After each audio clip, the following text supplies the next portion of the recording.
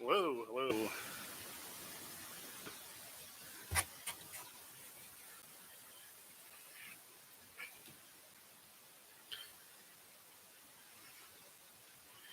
We are live.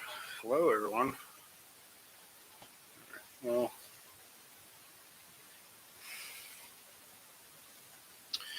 it's gonna be a little bit of a strange angle for my face because this is a big hook. It sits rather tall, and but yeah. Hey, welcome back to the live stream, everyone. We're gonna hang out today, and we're going to talk a little bit about the show that I was just at, the Maryland Fly Fishing and Collectible Tackle Show, and we're gonna work on this beast of a freestyle fly. Um, it'll be a bit of a short stream. This project has been sitting on my bench now for a while, so it's partially started, and I am simply going to finish the body today. I haven't decided. I haven't made a whole lot of decisions about the fly, so we're just kind of winging it.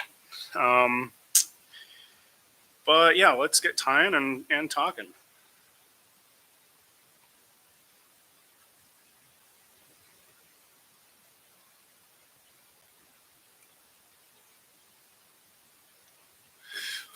Focus. Not focus. We can adjust.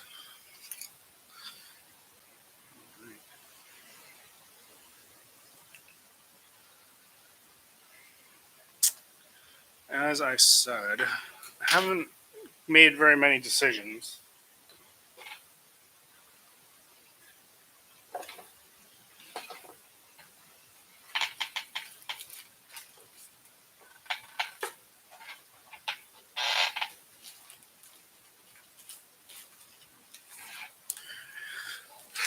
Always misplacing my tying rocks, naturally. I haven't made very many decisions, so uh, there'll be a little bit of waffling about today. But as you can see, I've made a nice start on it. Um, it's a little hard to see. Let me see if I can bring down the light just a bit.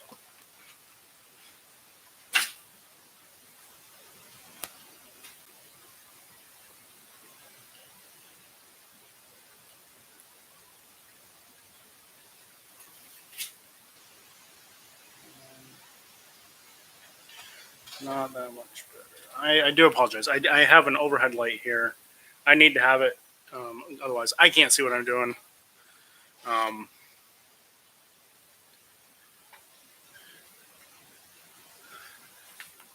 but all right. So this show that I was just at, the Maryland Fly Fishing and Collectible Tackle Show. It was a nice show. It was very well run.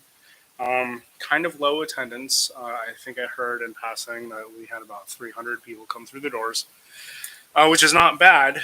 Um, uh, of course, having been to shows like the Lancaster show and Somerset, um, that is a little bit of a low attendance, but it was a very bright and sunny and beautiful day, so people naturally were, outdoors, actually fishing, and so understandable that attendance would be a little bit down. And also not bad for having this being the first time the show has ever been held since the pandemic.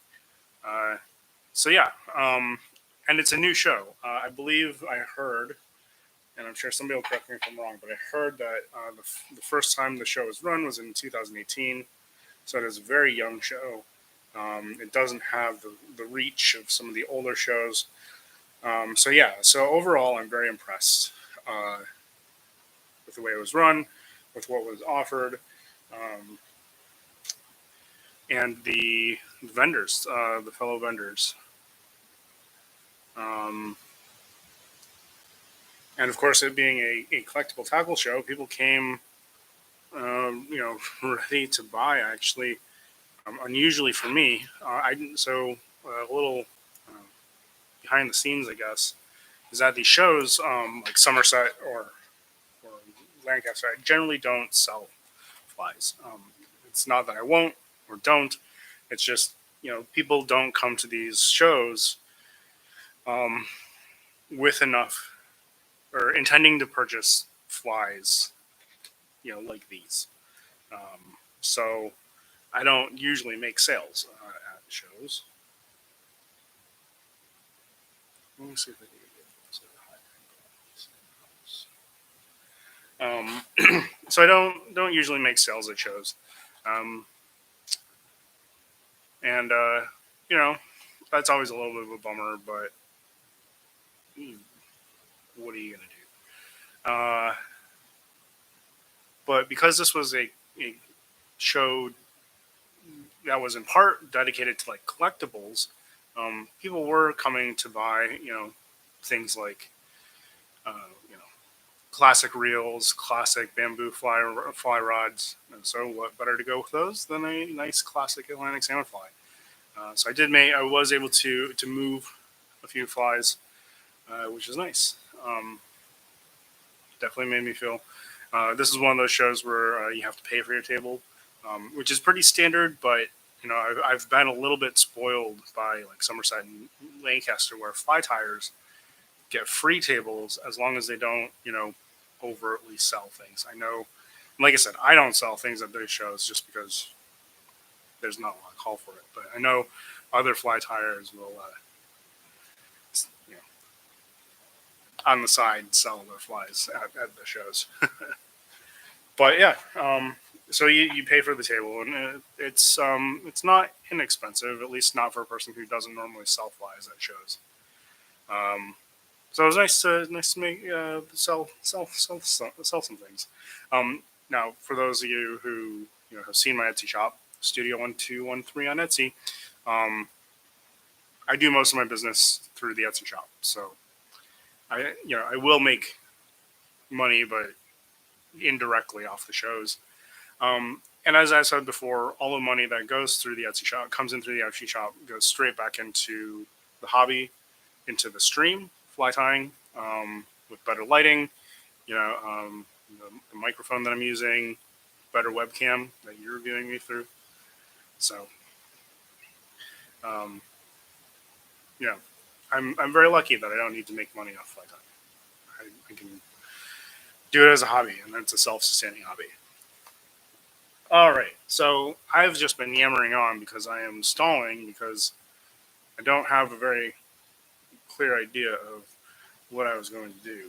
Um, I'm thinking I need some kind of uh, body veiling, but I am not certain what what I want to do for a body veiling. Um, and I'm trying to rack my brain and think about what I have in the case, or in the feather organizer. Uh,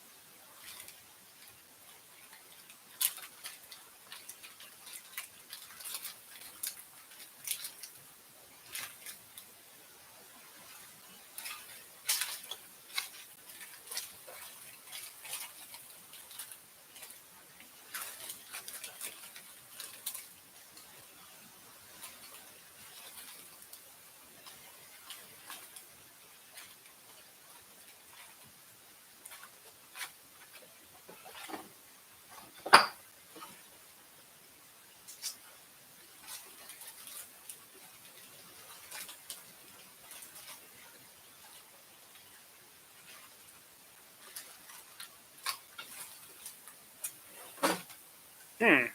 I had a thought. I can't find. I have some. Uh, hmm. Let's see. I have some like Tragopan crests, and I think they would do just fine. Can't find them.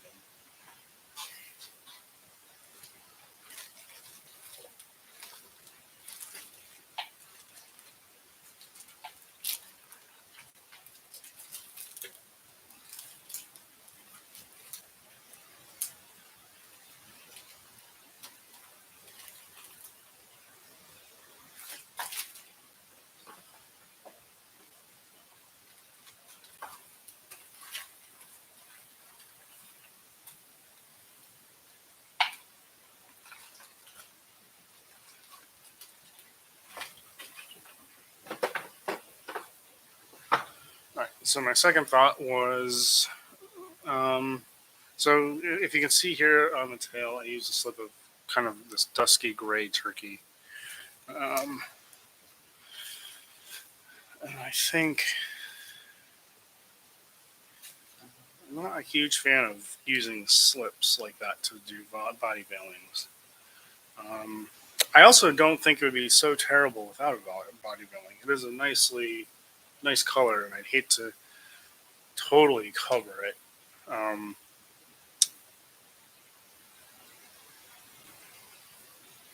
well, for the sake of time, I think I am just going to press on. We may be doing the next thing, same thing next week when I decide that I don't like it. Um,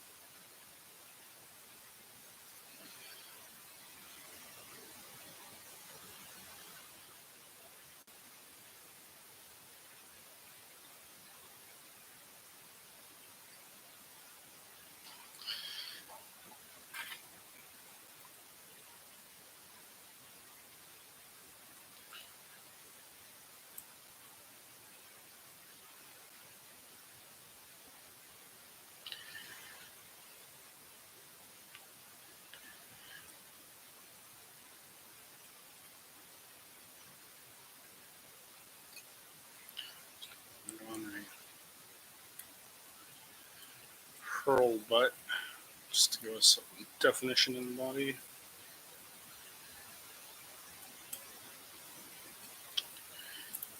That didn't go on very well.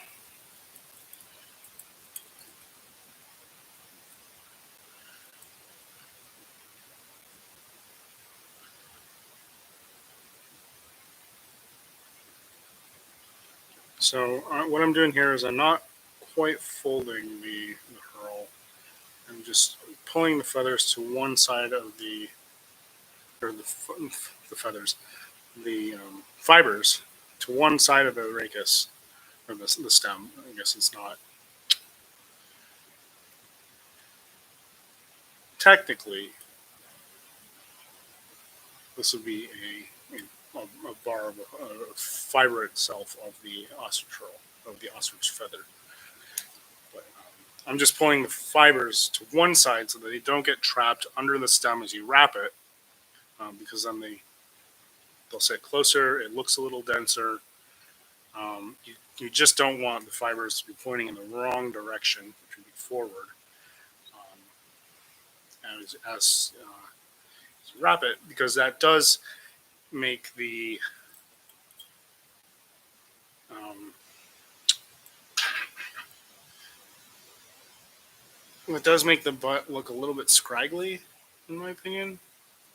And so if you want a nice, dense hurl butt, you do want to push those fibers so they don't get trapped going forward.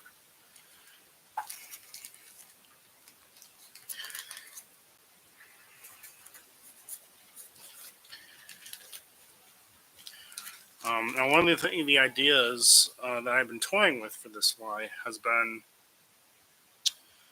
using a very short, prickly, for lack of a better word, body hackle for this front half, and then using a long, webby uh, hackle or a throat hackle, and having that kind of texture differentiation between the very kind of sharp and spiky body hackle and kind of a long, soft, webby throat hackle. So I think now, because this is just a short body segment, there's only going to be 3 turns of rib for this body. Although I am going to double up the rib and do a flat rib and an oval rib and then the hackle. There's only going to be 3 turns, so um, I'm going to start the hackle right at the butt instead of the second turn, because if you start at the second turn, you only get a couple of wraps. Not enough. So for the body hackle,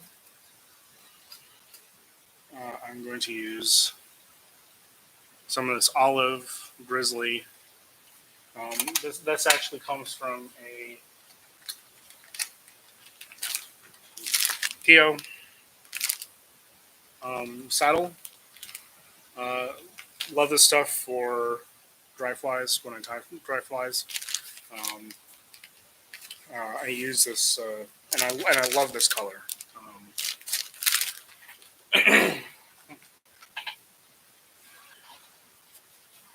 So we'll use this for the body hackle, and then we are going to use. And I want the body to become progressively darker as we go towards the head.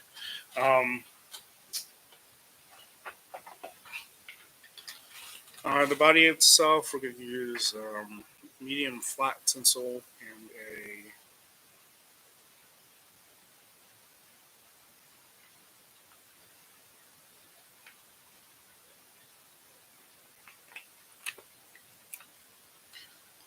a lace.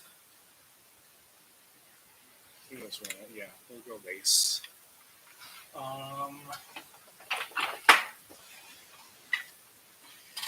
And for the color, so we kind of have this olive green, a darker, richer blue, and then we'll go back to green.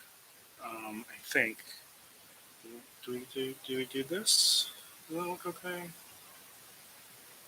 That might be a little bit bright. What if we go blue? What if we go blue, and what if we go kind of this?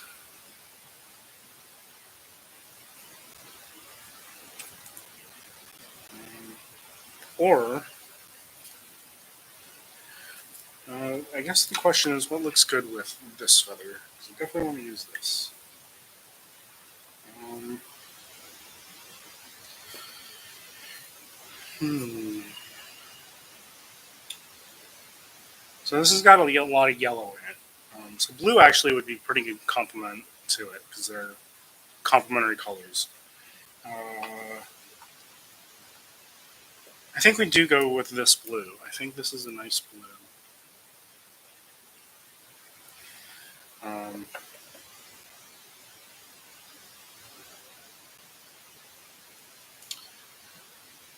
yeah. So we're kind of going for. I don't really want like super saturated colors on this fly. For those of you who have seen previous freestyle flies, I tend to like desaturated and kind of naturalistic colors. Um, One of these days, I'm gonna have to tie a green Highlander with desaturated colors. Um, that's one of those things that I'm kind of interested in trying. Um,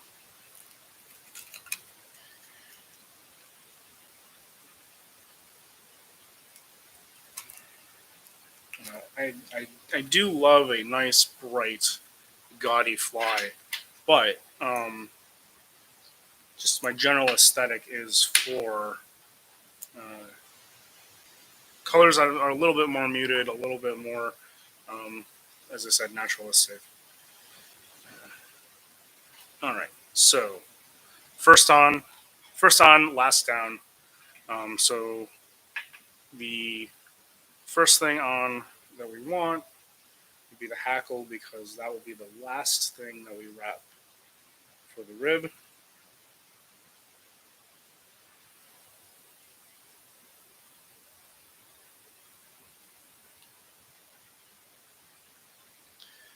So that'll go Usually they say, tie it in at the 6 o'clock position, so like right at the bottom of the hook.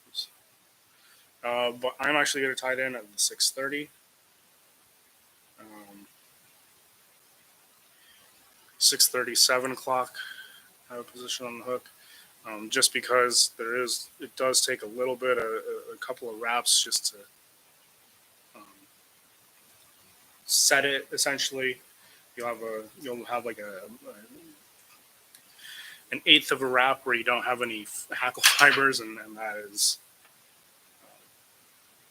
not great. So I always tie things a little bit further to the back, and as I've said before, tying things towards the back of the hook or the side of the hook away from me uh, essentially hides any kind of bulk that you might build up from tying things in. So if you put the tie-in points on the horizontal plane, you don't when you view the fly from the side, you don't see them because they're not in the vertical plane. Because you'll see the extra elevation from the tie-in points if they're in this plane, the vertical plane. But if in their horizontal plane, they get hidden. Um, Again, because these are flies for display, so um, they're tied just a little bit differently or with different priorities than fly that you're gonna fish. So we'll tie that rib right on the back, and we're progressing the thread down the hook as we tie these in. Um, Kind of a trick for reducing thread bulk as you tie things in is keep advancing the thread down the hook, because when you go to actually wind the body material, you can use, especially if you're using silk, you can use the silk to tie everything down going back in the back direction, and then you'll wind the silk back again. Because of course, with silks, you always do 2 layers of silk. Um, that helps with both opacity and just smoothing things out.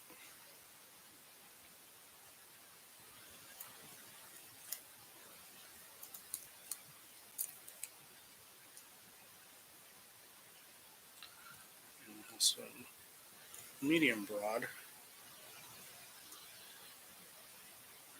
silver flat.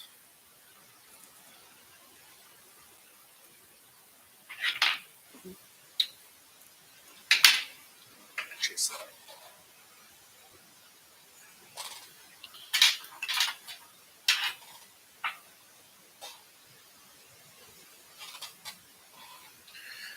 And just because broad flat tinsel tends to be a little bit more difficult um, to tie down, I am going to tie it down just here at the end. Again, I'm going to tie it in on the back side, and I've just cut a little bit of a taper just to help, again, reduce bulk. But all of that's going on the back side, so you won't see it as you view the fly from the side.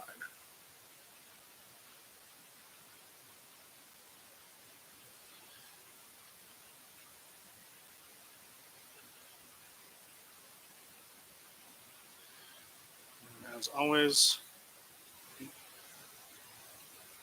just going to get one stray half of fiber that doesn't want to cooperate. Bind everything down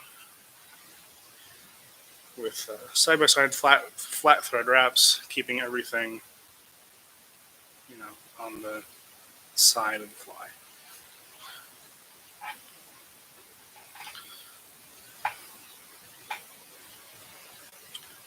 And I think I mentioned this at the top of the stream, but as usual, we'll be doing the body today, or finishing the body today, and the wing will be next week.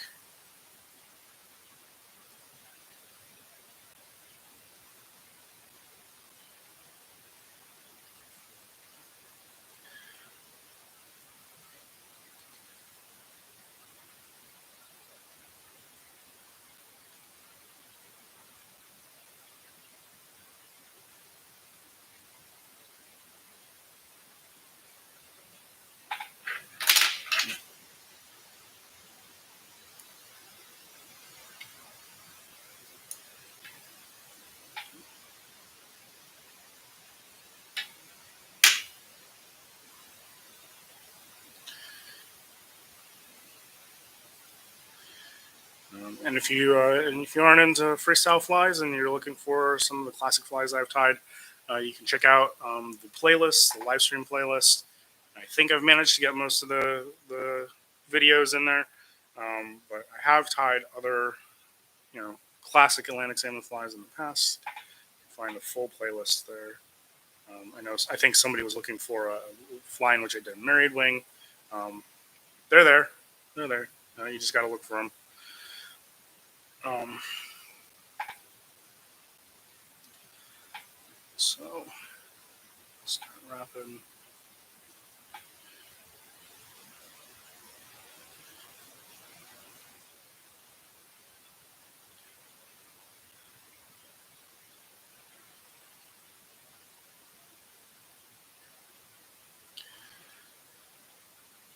So I was reading a flight. Well, was it in fly tire? I was reading an article somewhere. I don't think it's fly tire. But it's talking about how these kinds of flies were like kind of super specialized and niche and super difficult to tie um, and I agree that they are difficult to tie, but I disagree on the premise of the article. That the premise of the article was basically that it takes specialized skill to tie Atlantic salmon, classic Atlantic salmon flies or freestyle flies. uh, and I disagree. Um, and those of you who have been around the streams before have heard me say this, but these skills here are just the same as the skills that you use to tie a Catskill dry fly or a Bergman wet fly or a Carey Stevens streamer. The only difference between those flies and this fly, and the difference between this fly and like a Carey Stevens streamer is a lot smaller. But the difference is simply scale, right? If you think a Catskill dry fly, you might tie on a size 12 or size 10 at most.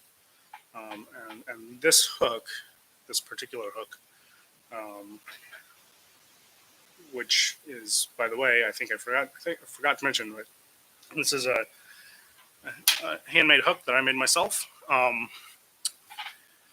This hook uh, is 7 or 8 aught. Like that's a big difference. But the only but that's really the only difference. The skills that you use to tie this sort of fly are the same skills that you'd use to tie a Catskill dry. It's just you're applying it to a much larger canvas, essentially. Um, so I disagree that there's any kind of specialized skill. Um, the scale is what's different, and the scale is what's challenging because you are having to do, you know, um, certain things, just more of it, you know. But the core basics of wrapping thread, of flattening thread, of wrapping, smooth silk or equally spacing ribs. I can't think of any Catskill dries that have ribs, but you know that idea. Um, it's all very much the same skills. It's just how much of them you're doing at a given time is what's changing. Um, it's kind of like because I also paint miniatures. It's kind of like painting. Like anybody can put a nice even coat of paint on a large surface, but as that surface gets smaller and smaller, in this case the opposite of fly tying, as the thing that you're doing gets smaller, it gets more difficult. But it's in principle the same skill. It's just the scale has changed, and I think that's what makes classic salmon fly is intimidating, but really, anybody who can wrap flat thread can tie these flies. If you can wrap flat thread and close, you know, in tight thread wraps, you can most definitely tie classic flies.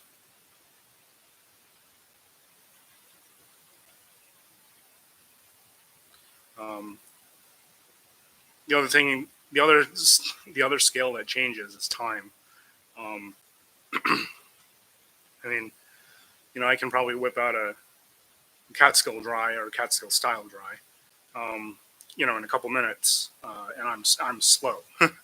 A classic fly like this,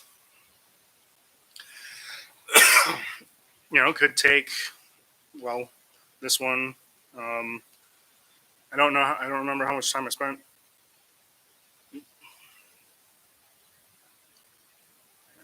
Let's get this properly situated. Come on.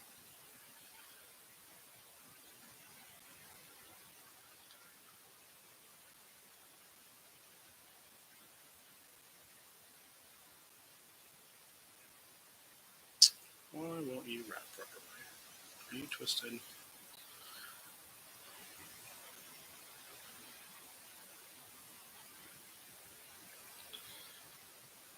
I think it's just not. There we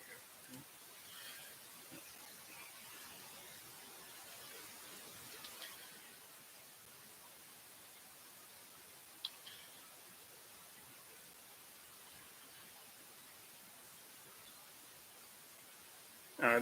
The other scale that changes is time. These flies are time intensive.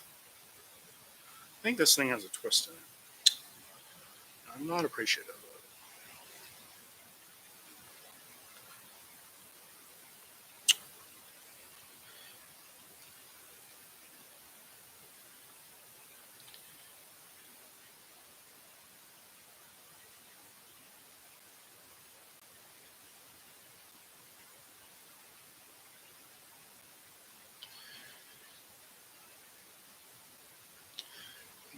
As I wrap it, it wants to twist back the other direction, which is not great. Especially given that I've done the whole body already. Let's see. What can I do?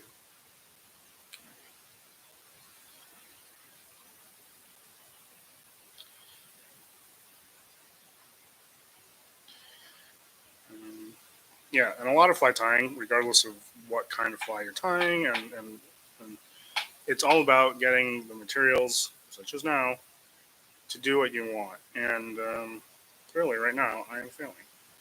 But you know, uh,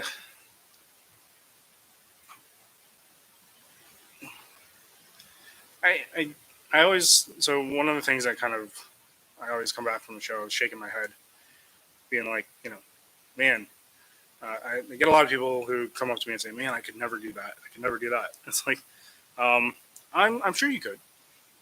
I'm relatively certain you could. Uh, and a lot of times, when I ask, well, have you tried? Um, frequently, the answer is, well, no. I guess the other thing that people get intimidated by, and it's understandable, are the materials. Yeah, materials are or can be um, relatively expensive.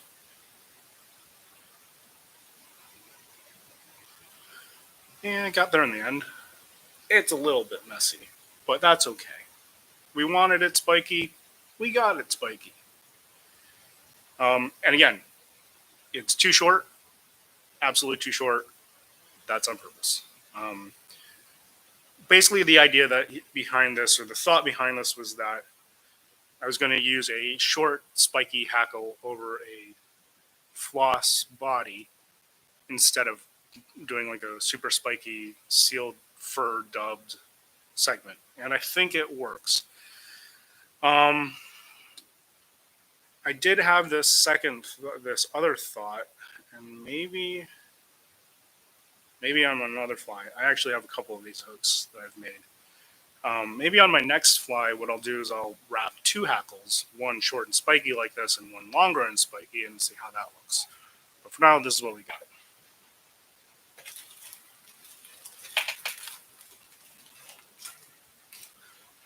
But anyway, about the materials, I understand that people are intimidated by the expense of the materials, but at the same time, you don't have to tie these with expensive materials. The only requirement for these flies is that one, if you're going to do married wings, they have to be compatible. So turkey, and you can just use regular um, regular modeled turkey. You can get turkey that is modeled um, with all sorts of different colors and patterns, and it's you know again right now it's not inexpensive, but it can be.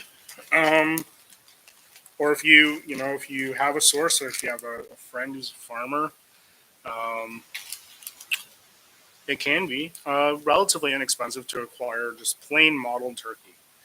Uh,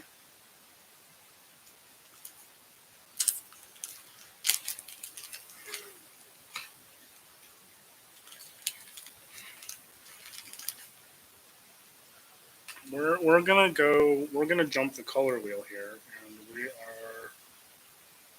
I think I'm going to see what now because this is the throat. I can go back and change it if I want. So I'm going to start with this kind of beautiful claret. Uh, and if this is too much, then we'll try a either black or dark olive. Um, I think dark olive will be too light. I think black will be too dark. So I think this is kind of a good compromise. Um, but anyway, the only requirement is that the materials be clean and compatible. So, you know, if you want to tie, a classic Atlantic salmon fly, but you don't have the materials, just make substitutions. If you want to tie um, a green Highlander, but all you have is blue, well, blue Highlanders are a thing. Um, if you don't have bustard, mottled turkey in a wing, close enough. And you're getting practice. I mean, that's the main thing, right? You want to be able to practice on a larger fly. Um, you can reuse hooks. You can use, rayon floss is not the best, and it looks a little bit too shiny on a fly. But if that's what you got, it's good practice. I think this feather. I was trying to look for a feather that was a little bit square, but most of these are pretty well tapered. So, um, you know, it's all about just actually doing it. And I, I've talked to at length about places get good substitutes and cheaper feathers. Um, if you're looking for little feathers for like body veilings, you don't have to use Indian crow um, for body veilings or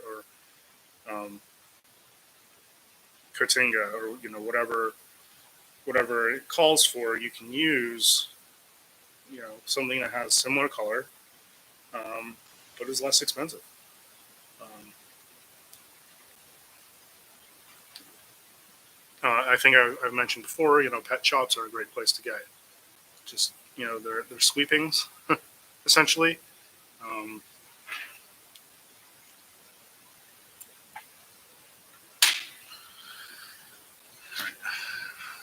there's colors. To just full this half roll. I'm only going to take 2 or 3 turns because I think this will become because it's so webby. it will become, and it does taper, it will become long enough. I do want it pretty full, but not overly so.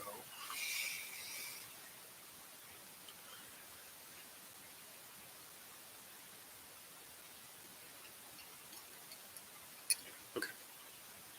I need to start it a little bit shorter.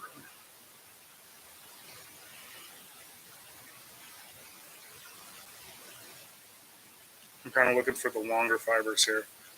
Um,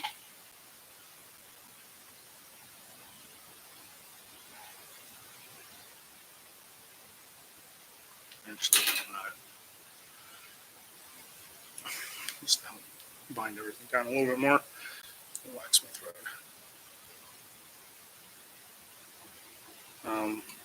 I mentioned before, using engorged goat instead of seal. Um,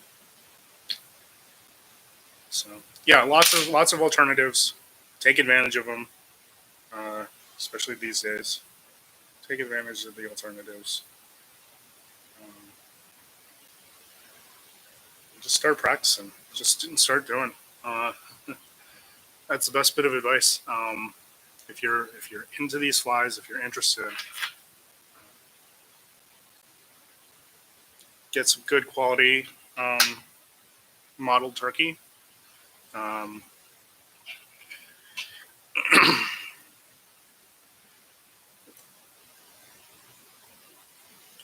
I think golden pheasant tails are still pretty available through like hairline and things because they're used in other things or other flies. Golden pheasant crests and tippets I think are still readily available.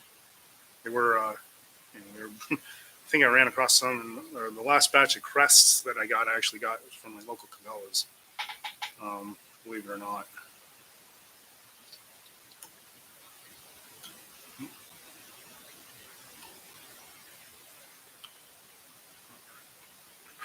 And then just start wrapping thread. Um,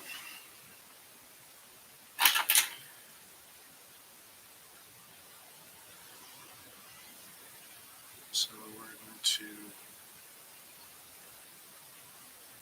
bind everything down and assess. What do we think of this color combination? I think it looks so.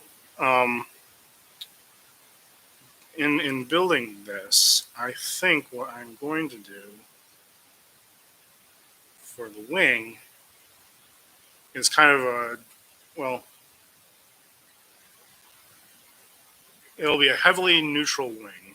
So we'll have lots of browns and grays in it, probably some mustard, and then what I think I'll do is in order to mirror the throat, we'll put like a big chunk of claret through the wing as well. So I think that'll look very attractive. Just gonna trim some hackle fibers that had chewed up a little bit better. So I think that's quite good. It's a little bit. It's a nice contrast. It's a good kind of texture change from the spiky body hackle to the softer throat hackle. I think once we put a wing on it, it'll all come together.